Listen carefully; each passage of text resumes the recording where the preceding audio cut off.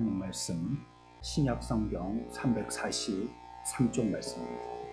디모데후서 1장 12절 말씀입니다. 이로 말미암아 내가 또 이 고난을 받되 부끄러워하지 아니함은 내가 믿는 자를 내가 알고 또한 내가 의탁한 것을 그날까지 그가 능히 지키실 줄을 확신합니다. 아멘. 바울이라는 사람이 있는데요. 이 바울이라는 사람이 복음을 전파한다는 이유 때문에 오해를 받고 또 악의로 감옥에 갇히게 되었습니다.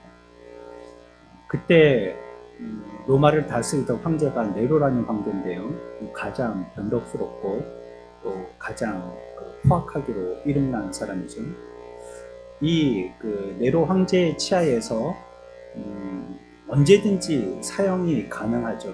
우리나라에는 사형 선고는 하지만 사형 집행은 하지 않지 않습니까? 하지만 예전에는 왕이 제사장도 되고 재판관도 되고 모든 역할들을 다 감당하기도 했기 때문에 말 한마디로 오늘 처형일이야 이렇게 해버리면 언제라도 그 처형이 가능했던 그런 시절이었기 때문에 위기 가운데에 바울이라는 사람은 감옥에 마음을 졸이면서 있었습니다.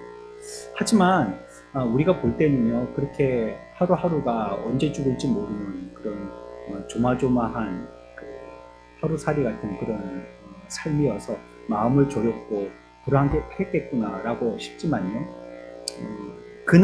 그가 쓴 편지에서 전혀 우리의 예상과는 다르게 기록을 하고 있습니다. 나는 지금 시련에 처한 것도 아니고 또 낙담한 것도 아니고 또 소망이 없는 것도 아니고 내 마음은 편안하다 이렇게 글을 쓰고 있어요. 우리가 하다못해 내일 큰 시험을 앞두고만 있어도요, 밤잠이 안 이루어지고 밥이 안 넘어가고 간이 입으로 튀어나올 것 같이 콩콩거리고 그러는데 내일 죽을지도 모르는 말이에요. 내일 죽을지 모레 죽을지 언제 죽을지 모르는 그런 하루하루의 삶을 살면서도 감옥 가운데에서 바울은 전혀 그렇지 않은, 전혀 우리의 예상과는 다른 그런 고백을 하고 있는 것이 참 이상하기도 합니다. 이 바울이라는 사람이 빌립보라는 교회에 가서도요, 동일한 말을 한 걸 보면요, 이 말이 빈말이 아니라는 걸 우리가 알 수 있는데요. 빌립보 교회라는 곳에 가서 무슨 내용을 전했냐면 이렇게 얘기했어요. 빌립보서 4장에 나오는 말씀입니다. 11절에서 13절까지의 말씀인데요. 그의 고백을 우리 한번 들어보겠습니다. 같이 한번 읽어보죠. 시작.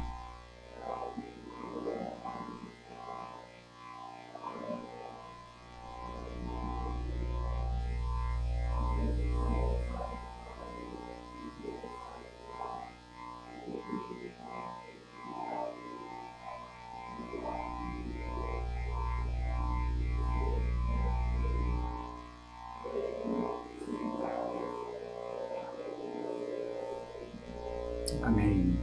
뭐라고 고백하고 있죠? 나는 비천에 처할 줄도 알고 또 풍부에 처할 줄도 알고 또 내가 모든 것을 할 수 있다 이렇게 얘기하고 있습니다.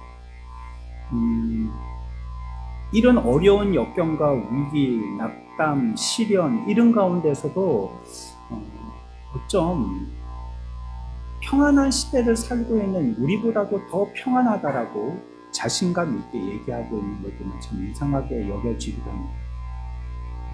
여러분도 여러분들의 삶에 이 바울이 고백한 것과 같이 내가 나의 삶을 주도하는 이러한 주인의 삶을 살고 싶으실 것입니다. 그리고 이 세상에 여러 가지의 어려움과 풍파가 있더라도 그것을 헤쳐나가고 싶을 것입니다. 바울은 그것이 가능하다라고 얘기한 것입니다.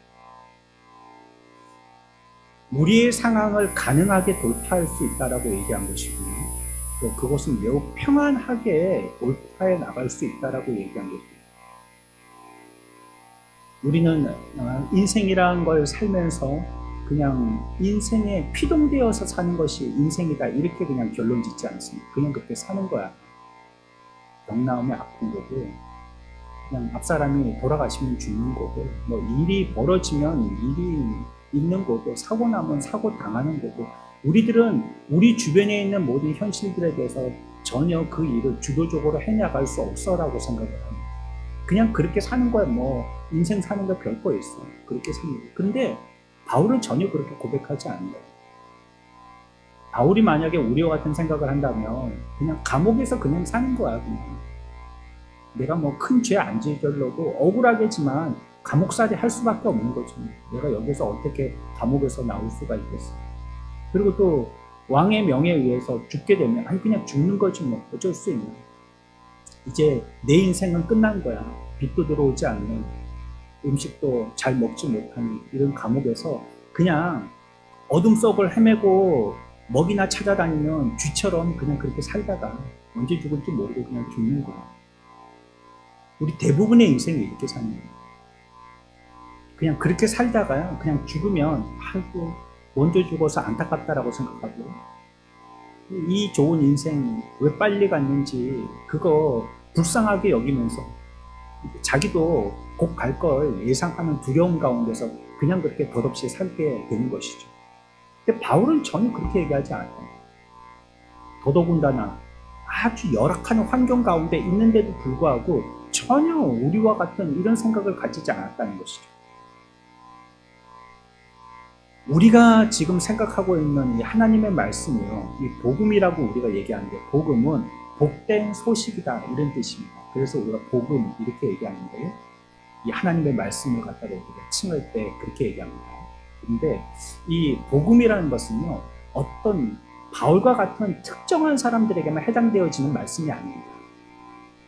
뭐 신학을 공부 많이 했다든지 목사가 돼야 된다든지, 아니면 신앙생활을 한 50년 이상 해야 된다든지, 아니면 뭐 저 미국과 유럽의 그런 기독교 문화 가운데 있어야 된다든지, 그 사람들에게만 특별히 주어지는 그런 글이 아니에요.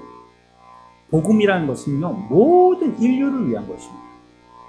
동양에 있는 사람이든지 뭐 서양에 있는 사람이든지 모든 인류들을 위한 것이에요.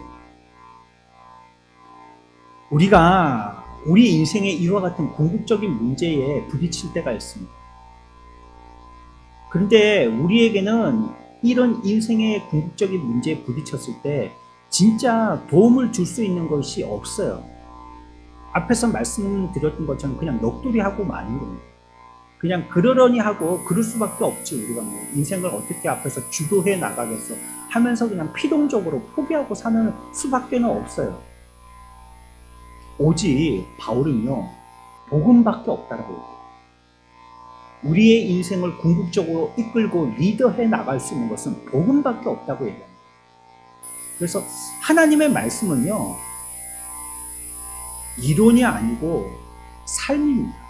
지금 우리가 생각하고 있는 이 말씀 있잖아요. 하나님의 말씀, 디모데후서 1장 12절의 말씀을 읽었잖아요. 이 말씀은 누가 자기의 이론을 기록한 게 아니고요, 바울이라는 사람이 자기의 삶을 기록해 놓은 겁니다. 그 사람의 생활을 기록해 놓은 거예요. 그러니까 내가 생활할 때 이걸 이렇게 느꼈어, 그걸 갖다가 써놓은 거예요. 그렇기 때문에 복음이라는 것은요, 우리들에게 실제적인 삶, 그걸 얘기하는 것입니다. 실제적인 생활을 얘기하는 것이에요. 그래서 이 복음이 무엇인지를 제대로 알아야지만 이것이 우리의 삶에 이와 같은 어떤 난관에 부딪혔을 때, 또 궁극적인 문제에 부딪혔을 때 그 문제를 지혜롭게 헤쳐나갈 수 있게 되는 것입니다. 또한 이것은 어떻게 우리가 슬기롭게 사는가 하는 도덕률, 이것만을 얘기할 뿐만이 아니라 어떻게 우리는 구원의 삶을 살 수 있는가 하는 이 구원관도 우리들에게 제시하여 주시는 것입니다. 교회는 사실 진통제를 제공해 주거나 그저 기분을 좋게 해주는 위안제를 나누어 주는 의료시설이 아닙니다.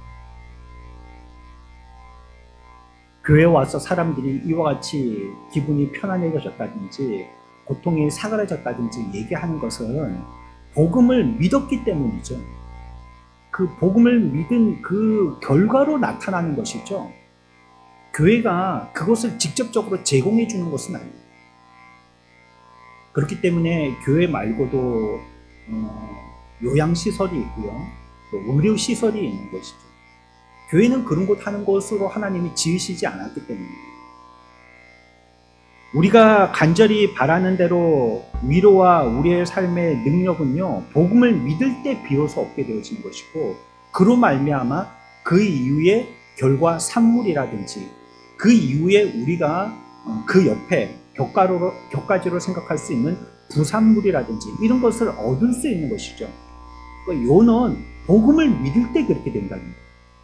그것을 얻으러 와서는 그것을 얻지 못하게 되는 것이죠. 그래서 대다수의 사람들이요, 이 하나님의 말씀에 접근할 때에 처음부터 좀 접근하는 방법이 잘못되어서요, 교회 와서 자기가 다른 것을 얻으려고 시도했다가 실망하고 돌아가는 경우들이 많습니다. 오늘 여러분들이 우리 교회에 처음 오셨다면 여러분들이 오신 것처럼 여러분들이 교회 다녀가셨거든요. 우리 교회뿐만이 아니라 세상에 있는 모든 교회들의 말이에요. 근데 오셨는데 그들이 물러가는 이유가 대부분 그런 것들이에요. 자기가 기대한 것이 있어서 왔는데 기대하는 것에 못 미쳐서 실망하고 돌아가는 것입니다. 근데 우리의 인생에 이런 기대라는 것, 이런 것들을 가지고 접근한다는 것, 또 접근할 때 어떻게 하나님의 말씀에 접근하는가 하는 방법적인 것, 이런 것들에서부터 벌써 시도가 조금 잘못된 부분이 있어요. 제가 그 몇 가지만 한번 얘기해 볼게요. 첫 번째는 어떤 잘못이 있냐면요, 하나님의 말씀을 느낌으로 생각한다는 겁니다. 교회에 오면 기분 좋은 걸 기대하고 온다는 거죠. 교회에 와서 기분 좋으려고 한다는 겁니다. 세상에서 뭐 이 사람한테 치고 직업에 이런 스트레스 받고 또 막 피곤하고 어렵고 또 관계에서 어그러지고 막 이런데 교회에 오면 그게 일소되기를 바란다는 거예요. 한 번에. 그 마음이 기분이 좋아지고 막 날개 달린 것처럼 막 웅 뜨는 기분이 되고 이러기를 바란다는 것이에요. 여기에 대해서 바울은 오늘 복음을 정의하고 있어요. 사도행전 17장에 보면요, 바울이 또 아덴이라는 지역을 방문하게 되거든요. 그 아덴이라는 지역을 다니다가 곳곳에요, 신전들이 많은 걸 봅니다. 여러 곳에 막 이곳에도 신전이 있고 저곳에 신전이 있는 걸 보게 되고요. 그 신전 안에는 그 신을 모시잖아요. 우상도 질비해 있는 걸 보게 됩니다. 그래서 사도행전 17장 22절에 뭐라고 얘기하냐면 이렇게 얘기합니다. 너희를 보니 범서에 뭐가 많다고 얘기한다고요? 종교심이 많다는 거예요. 너희를 보니 범사에, 이 말은 종교심이 많다는 말은 너희들이 미신에 쏙 빠졌구나 이 말이에요. 너희들이 미신에 쏙 빠져가지고 온데 사당을 짓고 온데다가 우상을 세워놨구나 이 말을 하는 것입니다. 그리고 아덴 사람들을 어떻게 하냐면 기분 좋아라, 평안해라 이렇게 얘기하지 않더라는 거예요. 만약에 기독교 하나님 말씀 복음이라는 것이 느낌이라고 얘기한다면요, 이 아덴에 있는 사람들에게 우상 숭배할 때 느낌이라는 걸 가지고 접근했을 거예요, 바울이. 근데 바울이 아덴에 있는 사람들에게 접근할 때 느낌으로 접근하지 않았다는 거예요. 뭐로 접근하냐면 설득하고 거기서 논쟁을 벌입니다. 금방 얘기한 것처럼 너희들 참 미신을 많이 믿고 있구나, 이렇게 문을 열기 시작하면서 이들에게 설득을 하고 있어요. 창조주 하나님과 그리스도의 심판에 대한 교리를 설명합니다. 그의 선포가 가르침이었고요, 명확한 교리였고요, 진리였고요, 바른 말의 본이 되었습니다. 이것이 기독교예요. 그러니까 기독교라는 것은 어떤 것을 명제로 만들 수 있는 것입니다. A는 B야 이렇게 느낌이 아니고요. 기독교의 모든 도리들은 전부 다 이렇게 말할 수 있는 것들이에요. 교리로 분명하게 정확하게 여러분들에게 제시할 수 있는 것들입니다. 이게 기독교지. 예수 믿으면 그냥 기분이 좋아진다. 예수 믿으면 뭐 그냥 다 잘 된대. 막 그냥 모두 다 평안해진대. 이런 어떤 위안제처럼요, 어떤 진통제처럼요, 이렇게 해주는 게 기독교가 아니라는 거예요. 그러니까 세상 사람들은 이런 것들을 기대하는 것, 그 시도 자체가 먼저 기독교에 대한 접근이 잘못됐다는 거예요. 기독교가 처음에 태동하던 초기에는요, 거짓 가르침이 많았거든요. 요즘 또 이단들이 많듯이요, 신천지 이런 이단들이 많듯이 거짓 가르침들이 교회에 막 침투하였습니다. 그때에 교회에 성령의 인도하심을 받은 교회의 지도자들이 모여가지고 이 복음의 진리 하나님의 말씀을 가지고 명제로 나타내기 시작했습니다. 이 성경의 말씀, 우리가 읽었던 이 성경의 말씀을 연구하고 공부해서 어떤 명제화하기 시작했습니다. 디모데후서 1장 13절입니다. 다 같이 한번 읽어보겠습니다. 시작.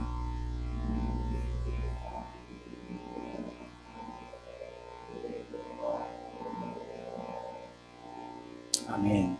뭐라고 얘기하고 있냐면요, 내가 지금까지 얘기할 테니까, 내가 지금부터 얘기할 테니까 잘 들어봐.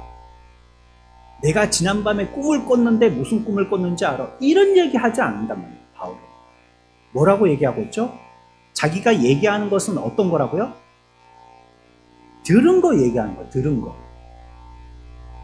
앞 선생님들로부터 배워서 들어서 정의된 거. 학교의 선생님들이 학생들을 가르칠 때 자기가 생각한 걸 가르칩니까? 그렇지 않거든요. 미리 이렇게 가르치라라고 교환을 주잖아요. 교육부에서. 교재를 통해서. 그러면 그것 가르친단 말이에요. 자기의 생각이나 자기의 꿈 얘기하는 게 아니고요. 앞에 선생님들이 준비해서 집필해 놓은 그 교환의 기준을 가지고 가르친단 말이에요. 바울도 동일하게 얘기하고 있습니다. 뭐라고 얘기하고 있냐면요, 내게 들은 바 바른 말을 본받아 지키고, 그러니까 나도 들었는데 내가 들은 것을 나도 너희에게 전한다는 거예요.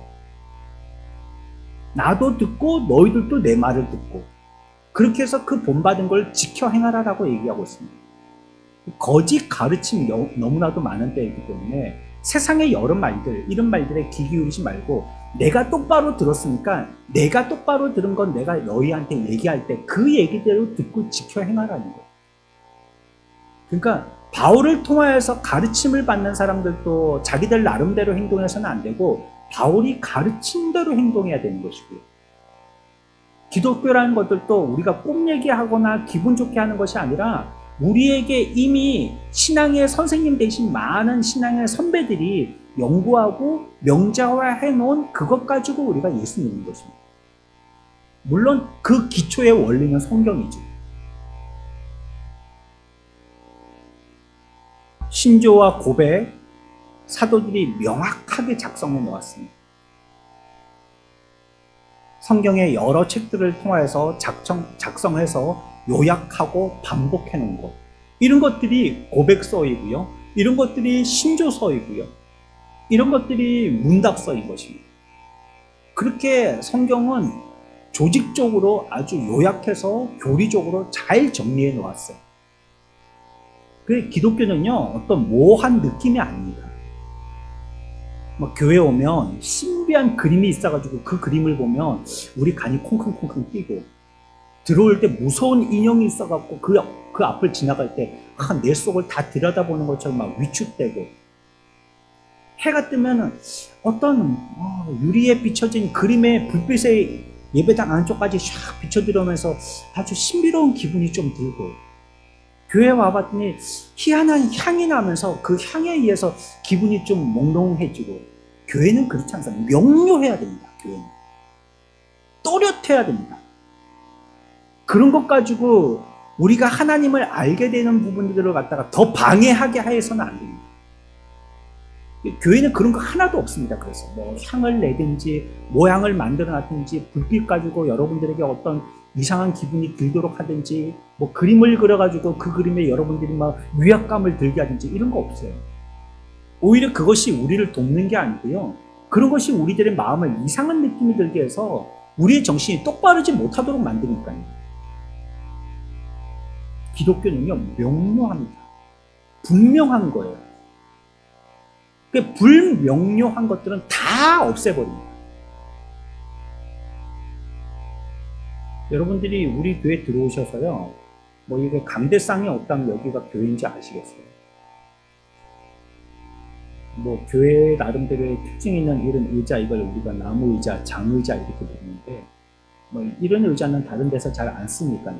예전에는 뭐 시골역 대합실 같은 데도 이런 의자를 쓰긴 했지만, 요즘에는 막 최신식 플라스틱 의자 이런 거 있으니까요. 이런 거는 뭐 교회뿐만이 없기 때문에 교회인지 짐작을 하시겠지만, 이 강대상에 십자가 그려놓은 거 요거 아니면 여러분들 여기가 교회인 줄 아시겠어요? 그냥 보통 홀 같은 데도 그냥 그렇게 생각하지 않으시겠어요? 그런 이유는 바로 이 때문입니다. 하나님의 말씀의 명료성을 더 드러내기 위해서 다른 불명료한 것들을 다 없애버리는 것입니다. 사도가요, 이 바울이 아덴이라는 데에서 분명한 복음을 전했을 때요, 복음에 대해 반응한 사람들의 반응은 딱 두 가지였습니다. 알딸딸하고 뭐 아리끼리 하고 뭐 잘 모르겠다, 뭐 하다, 생각 좀 해봐야겠다, 이게 아니고요. 바울이 전할 때는 그 말하는 것이 명료했기 때문에요, 함부로는 믿는 사람들, 함부로는 믿지 않는 사람들 딱 나눠졌습니다. 잘 모르고 이런 게 없었어요. 분명한 걸 알기 때문에요, 분명하게 기면 긴 사람들, 아니면 아닌 사람들 딱 나눠졌었습니다. 근데 복음이 전파될 때마다요, 항상 그런 일들은 규칙적으로 나타납니다. 두 그룹이 나뉘죠. 지금도 마찬가지입니다. 두 번째, 세상 사람들이 기독교에 대해서, 하나님의 말씀에 대해서 오해하는 부분이 있습니다. 말씀이 무엇인지 잘 모르는 것이에요. 그게 두 번째 오해입니다. 왜 세상 사람들은 이 교회라는 곳과 하나님의 말씀에 대해서 부정하냐면요, 교회와 하나님의 말씀이 진짜 존재하고 진리라면 세상이 이 모양 이 꼴로 돌아가겠냐는 거예요.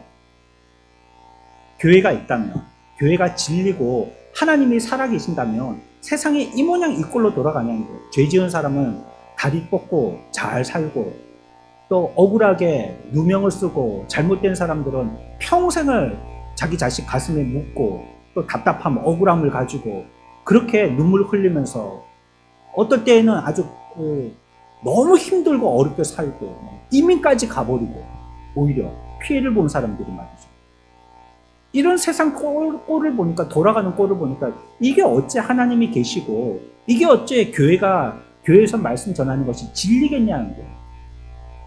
눈만 뜨면 옥상에 올라가면 시뻘건 십자가가 온 천지 빽깔인데, 그런데 그렇게 많은 교회들이 만약에 있다면 이 세상이 이 모양 이 꼴이겠냐는 거예요. 여기에는요, 그 사람이 생각하는 하나의 정의가 있습니다. 복음이라는 것이 무엇인가에 대해서 자기는 생각하고 있기 때문에 거기에 대해서 실망해서 그런 말을 합니다.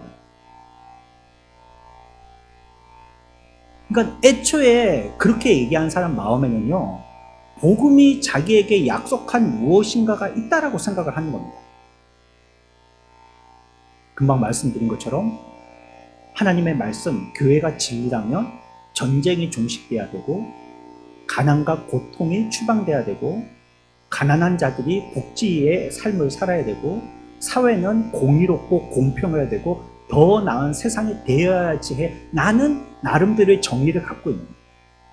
근데 그 정의에 만족하지 않으니까 이 세상은 하나님이 계시지 않은 거야, 교회는 의미가 없어라고 생각한다는 거예요. 하지만요, 복음과 교회가 그런 약속을 한 적이 없습니다. 하나님 말씀이 그걸 우리들에게 약속해 준 적이 없어요.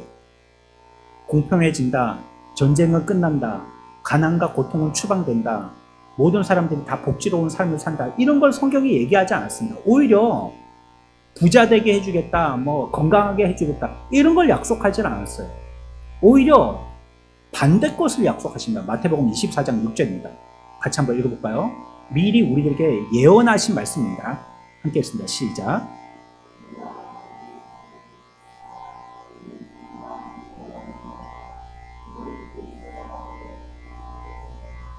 어떤 소문이 있겠다고요?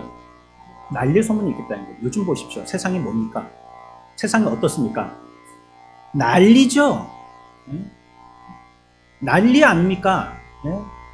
옛날에는 위대한 위인이라도 한 사람이 선구자가 되어서 나라를 이끌고 정신적인 지도자가 되어서 옳고 그름을 우리의 마음을 하나로 결집되게 만들어줬는데 이제는 지도자들 마냥으로 전부 다 자기를 지지해주는 사람 편만 들고 나머지는 전부 다 원수처럼 생각하고 정치를 해도 보복의 정치를 하고 서로를 다 잘 살게 우리 한민족이야 이게 아니고 나를 따르는 우리 편만 나는 잘 살게 해줄 거야.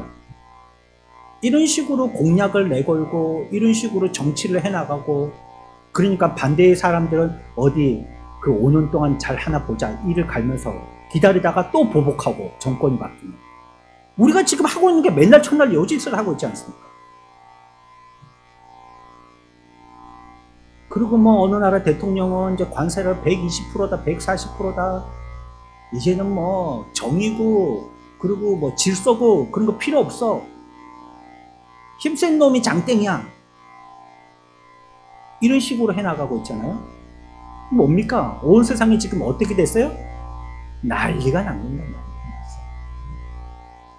성경은 이런 거 우리들에게 얘기하고 있거든요.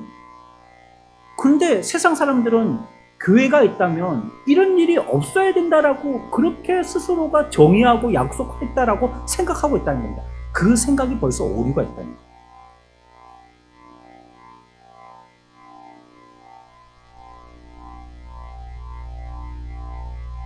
그렇기 때문에 우리가요, 기독교와 하나님의 말씀인 복음을 제대로 이해하려면 이 두 번째 문제예요. 교회와 하나님의 말씀에 대해서 오해하고 있는 이 부분의 문제를 해소해야 됩니다. 그렇기 때문에 기독교가 무엇인지 바로 아는 것이 중요해요. 바로 알지 못하면 내가 가지고 있는 어디 배운 것도 아니고요. 내가 그냥 막연하게 드는 내 속에서의 생각, 그것이 내 나름대로의 약속이 되어서 하나님의 말씀이든지 교회를 평가하게 되는 이런 오류에 빠지게 된다는 거예요. 그래서 세 번째 문제에 이르게 되어지는데요. 사람들이요, 인간의 근본적인 문제도 잘 모른다는 거예요. 내 문제도 잘 모른다는 거예요.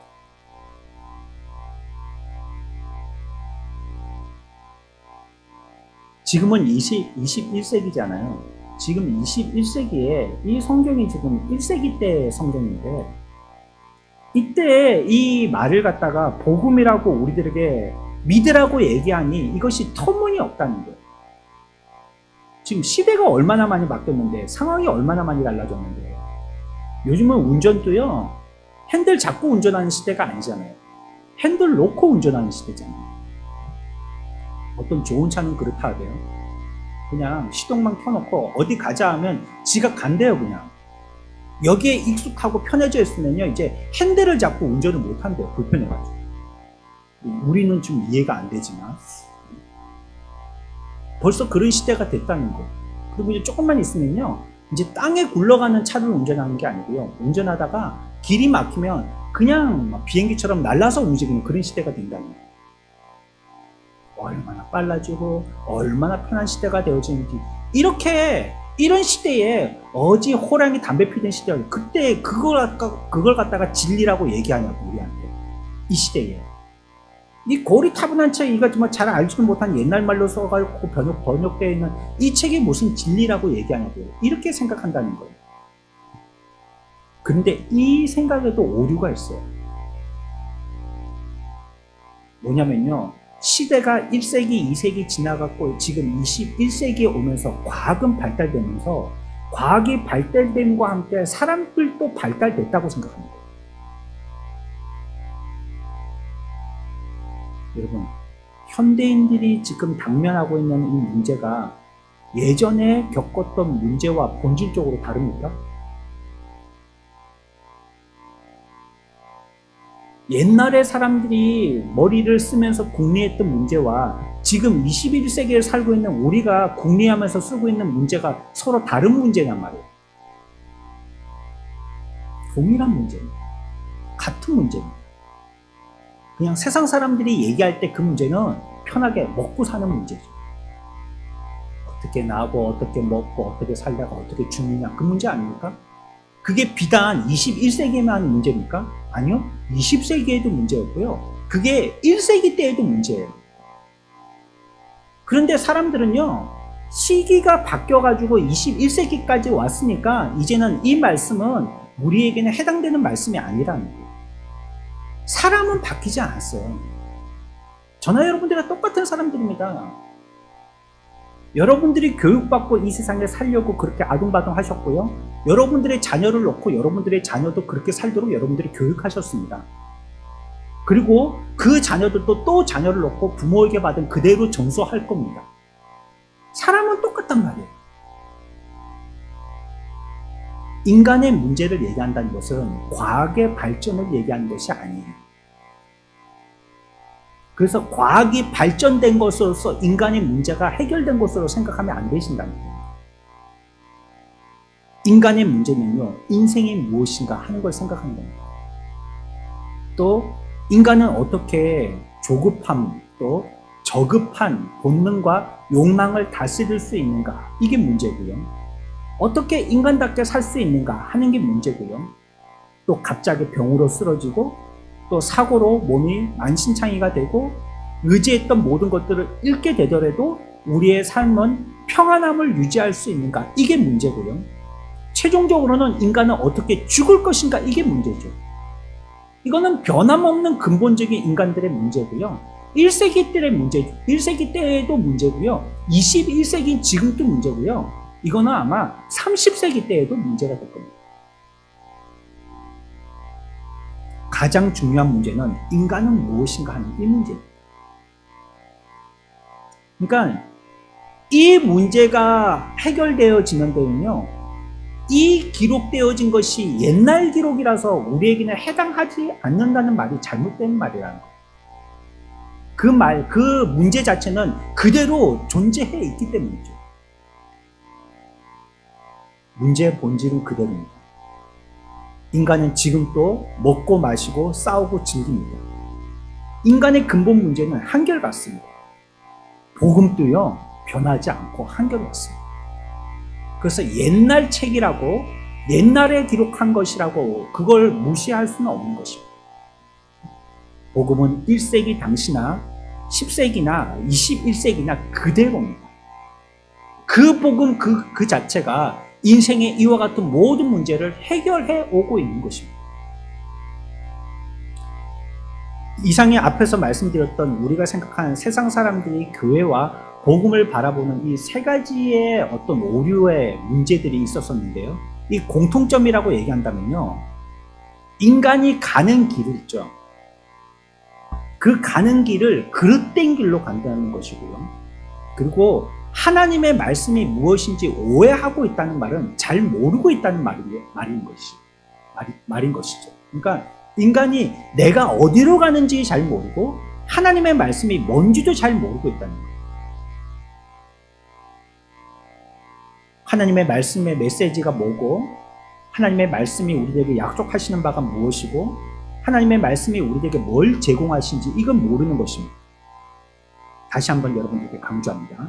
하나님의 말씀과 복음은 이론이 아닙니다. 이건 사실이고요. 또 여기에 많은 사람들의 기록은 그들의 삶을 체험적으로 기록해 놓은 것입니다.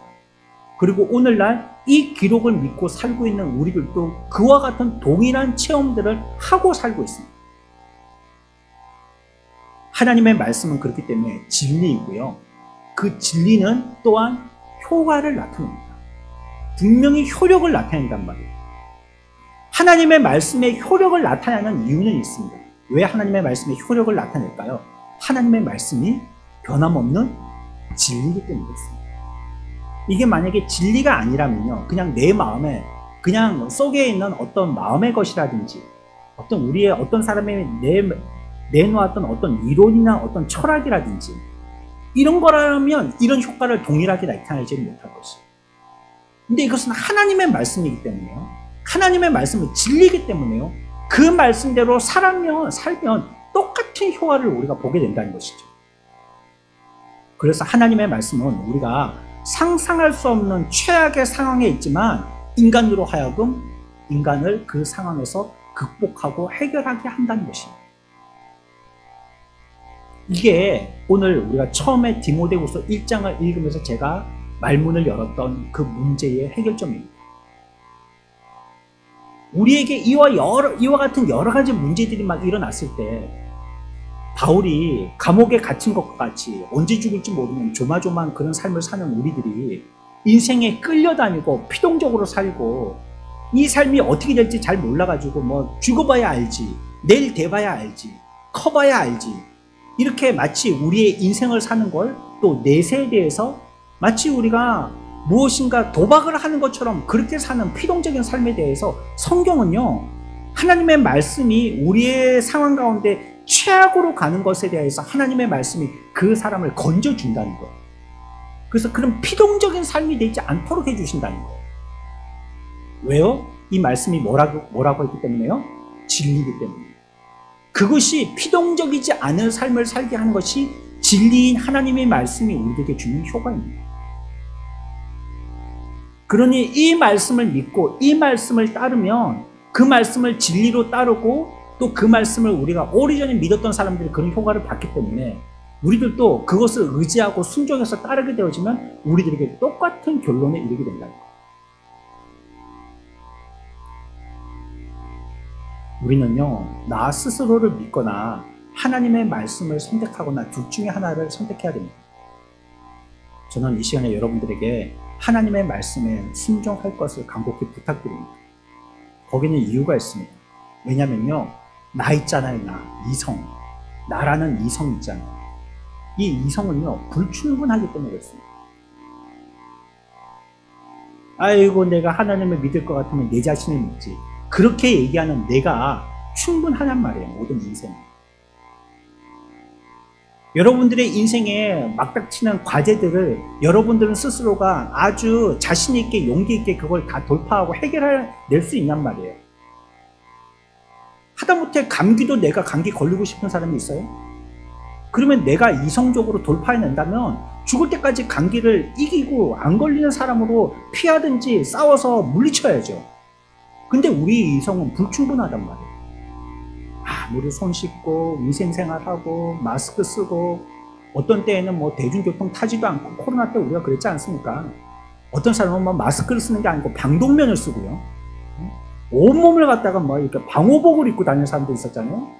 그런 게 없으니까 막 마스크 대란 때는 어땠습니까? 여러분 기억나시죠?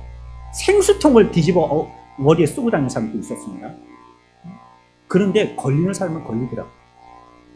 집에 가만히 앉아있는데 어디 나다니는 사람은 걸린다 할지라도 나는 어디 뭐 드문불칠하고 집에만 있는데도 걸리는 사람이 걸리더라고요. 자기가 이성이 충분하다면 모든 것을 해결해낼 수 있다면 그런 거 안 해야 될 거 아니에요. 그런 게 없어져야 될 거 아니에요. 근데 그게 안 된다. 이성은 어떻다고요? 불충분한 겁니다. 인간의 지혜는 불충분합니다. 저는 이런 얘기를 자주 하는데요. 수십 년 전에 90년대인 것 같습니다. 대구에 지하철 방화 사건이 났던 때가 있어요. 그때 그 지하철에 어떤 사람이 탔었냐면 서울대학에 합격해서 입학하려고 이제 기숙사로 들어가려고 하는 한 여학생이 그 지하철을 탔다가 그냥 잘못되고 말았습니다. 여러분, 그 어머니가요, 그 지하철에서 잘못된 그 여학생 공부 잘 시키려고 뒷바라지 열심히 했겠죠. 학원도 열심히 보냈겠죠. 공부할 때 간식도 막 줬겠죠. 뭐 학원비 아깝지 않게 해줬겠죠. 학교 잘 보냈겠죠. 근데 그 결과가 결국은 어떻게 했어요? 서울대학 합격하게 해서요, 결국은 그 학생이 어떻게 되게 됐어요? 죽게 된 겁니다. 그러면 사실은 이 부모가요, 열심히 애를 죽이려고 애를 쓴 겁니다. 만약에요, 부모님이요, 이 아이에게요, 아니 뭐 공부하지 마라, 인생의 공부가 다가, 펑펑 놀아라, 즐겨라, 맛있는 거 먹고 다니자, 막 오늘 하루 학교 째고 그냥 우리 여행 가자, 이렇게 하고, 유명한 커피숍 어디냐 거기 가자, 막 우리 야외 수업했다고 하고 그래 놀자, 막 이랬으면 얘가 아마 공부를 못 해가지고 서울대학 못 갔겠죠. 그러면 대구 지하철 안 탔겠죠. 그러면 안 죽었겠죠. 우리는 열심히 한다고 해보지만요, 우리가 알 수 있는 게 제한적이에요. 우리 나름대로는 잘해본다고 해보지만요, 그 미래를 알 수 있는 사람이 없어요. 그러니 이성이라는 나를 믿어서는 안 된다는 거예요. 열심히 해봤는데요. 사기당하고요. 열심히 했더니요. 나쁜 짓을 하게 되고. 우리는 그걸 종잡을 수가 없는 것입니다. 하나님의 말씀과 인간의 이성 사이에는 끊임없는 쟁투가 있습니다. 싸움이 있습니다. 이 이성에는 문제가 있기 때문에 그래요. 인간이 무엇인지 우리가 바로 아는, 앞에서 말씀드린 인간의 근본적인 이런 문제에 대해서 우리가 정확하게 짚고 있고요.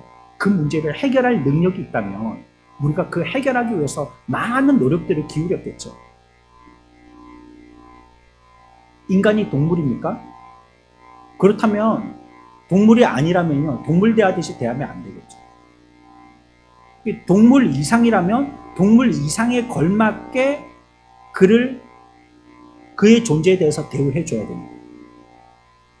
오늘날 보십시오. 우리가 쓰고 있는 문제 해결법들이 뭔지 보십시오. 이렇게 고등학문들을 배우고요. 요즘에 거의 다 초대졸은 다 졸업하지 않습니까?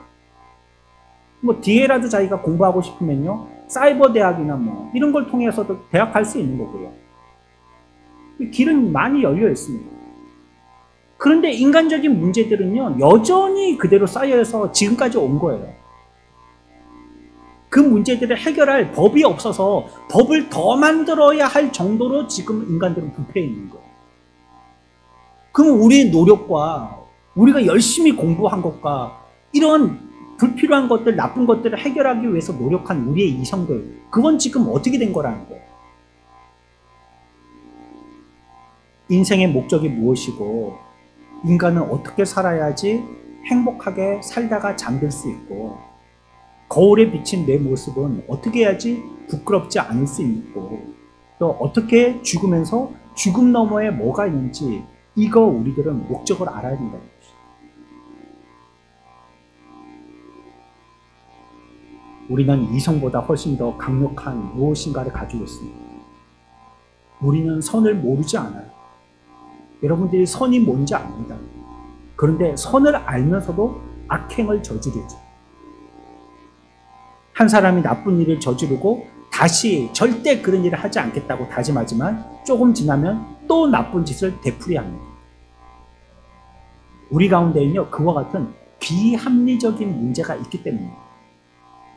우리 가운데는요, 하나님의 말씀이나 도덕이나 윤리보다도 내 속에 욕구나 충동, 자기 욕심들이 가득 차 있기 때문입니다. 바울은 여기에 대해서 말합니다. 로마서 7장 18절입니다. 로마서 7장 18절에서 23절까지입니다. 우리 다 같이 읽습니다. 시작.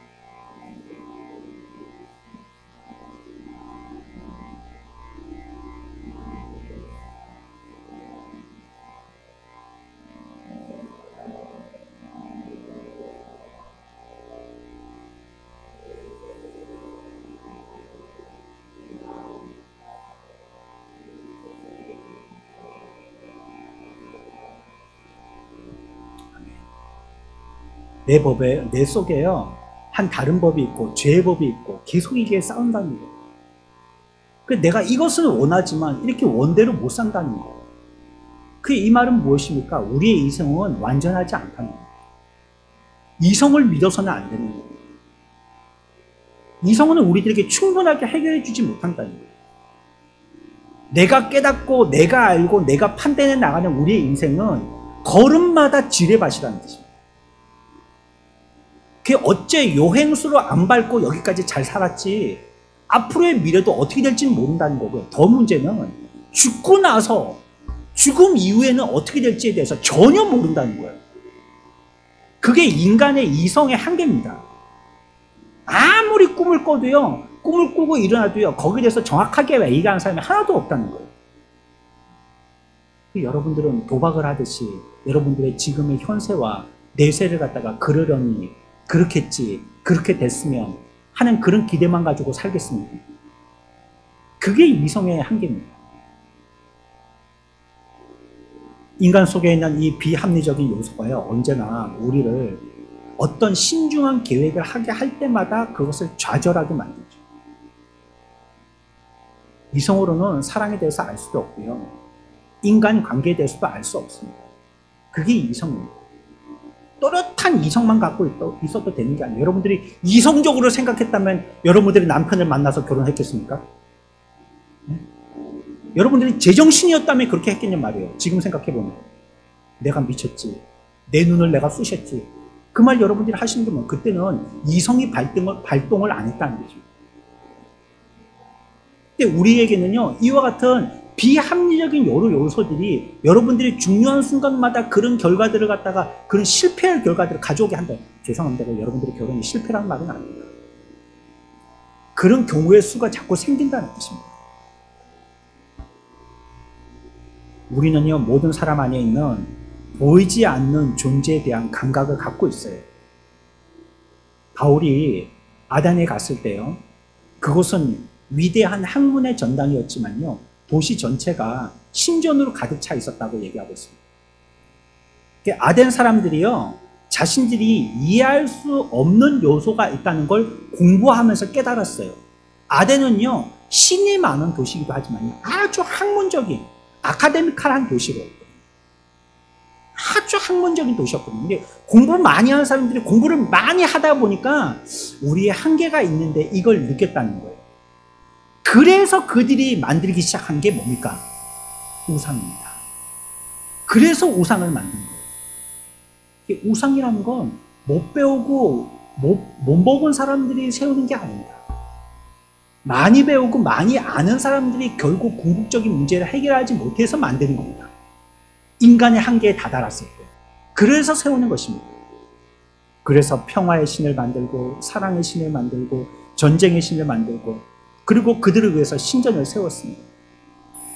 그들과 함께 즐겁게 살기를 원했고, 인생의 문제가 해결되기를 원했고, 그러려고 그 신들에게 제사를 지내면서 신들을 달랬습니다.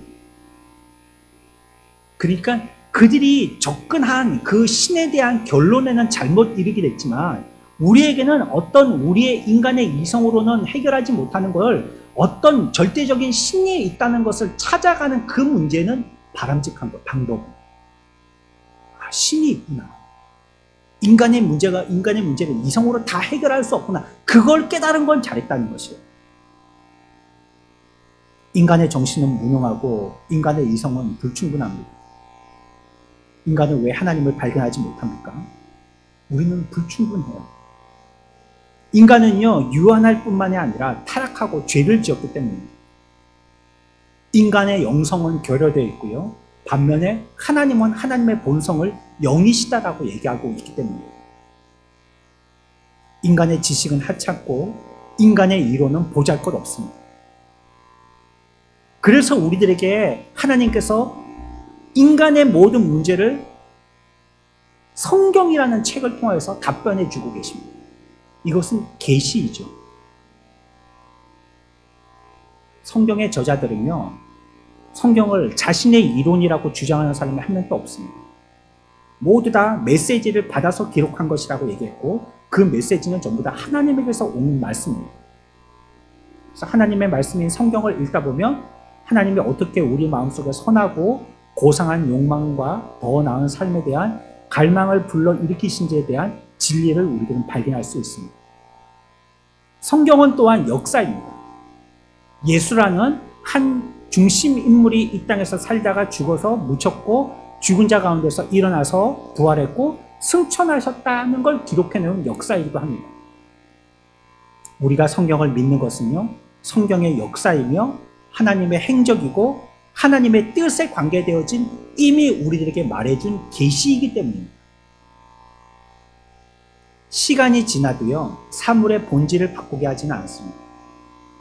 성경이 시간이 오래 지났다고 그 권위를 의심할 필요 없는 것은요, 인간이 오랜 시간을 지나도 인간의 문제가 동일한 것과 마찬가지인 거죠. 성경은 인간이 자신의 지혜와 지식을 이용해서 찾아내려고 애쓴 결과로 얻어진 것이 아닙니다. 성경은 하나님께서 주신 것입니다. 그래서 이제 이와 같은 결론에 이르게 됩니다. 우리는 불확실한 상태에서 계속 헤매고 있고, 매번 실패하고, 또 안내할 이가 아무도 없고, 미지의 세계와 막다치든지, 아니면 오늘 우리가 여러분들에게 제시했던 하나님의 말씀에 순종하면서 살든지 두 가지 길밖에 없다는 거예요. 모르는 세계를 나 혼자 어째 되든지 대보라 하고 개척해 나가면서 살든지 인간이 무지하고 어리석구나. 참 진리의 하나님의 말씀이 있구나 하고 그 말씀을 따르든지 둘 중에 하나를 선택해야 된다는 것입니다. 우리는 스스로의 무지를 인정해야 됩니다. 우리에게 가장 필요한 것은 아들을 십자가에 달려 죽게 하신 하나님을 알고 그분과 화해하여서 그분으로 인하여서 복을 받고 그분의 인도하심을 받고 우리가 그분과 함께 할 것임을 아는 것입니다. 이것이 우리에게 필요한 것입니다. 우리에게는 죄가 있습니다. 하나님 앞에 회개해야 합니다. 우리의 무지, 우리의 죄, 우리의 실패를 인정하고 또 하나님 앞에 우리의 죄를 자백해야 됩니다. 그러면 바울과 같이 오늘 감옥에 갇혀 있다 할지라도 소망이 없는 우리 인생들의 나를 위해서 또 내가 위주가 되어진 이성적인 삶을 사는 우리가 다 실망하고 좌절할 수밖에 없었던 그런 삶에서도 바울은 그 감옥 가운데서도 소망을 발견하고 희망을 가지고 평안한 삶을 살게 되었다라고 주도적인 삶의 위치에 있게 되어진 그런 자가 되고 마는 것입니다. 저와 여러분도 이 복음을 받아들이고 하나님의 말씀을 통해서 참 진리의 평안을 맛보게 되어지고 우리의 인생을 주님께 주도권을 이양하고 우리들도 그분이 우리들에게 말씀하신 진리의 말씀을 따라 살면서 우리의 인생을 복음을 따라서 살게 되어지는 하나님 복된 인생들 다 되시기를 축원합니다.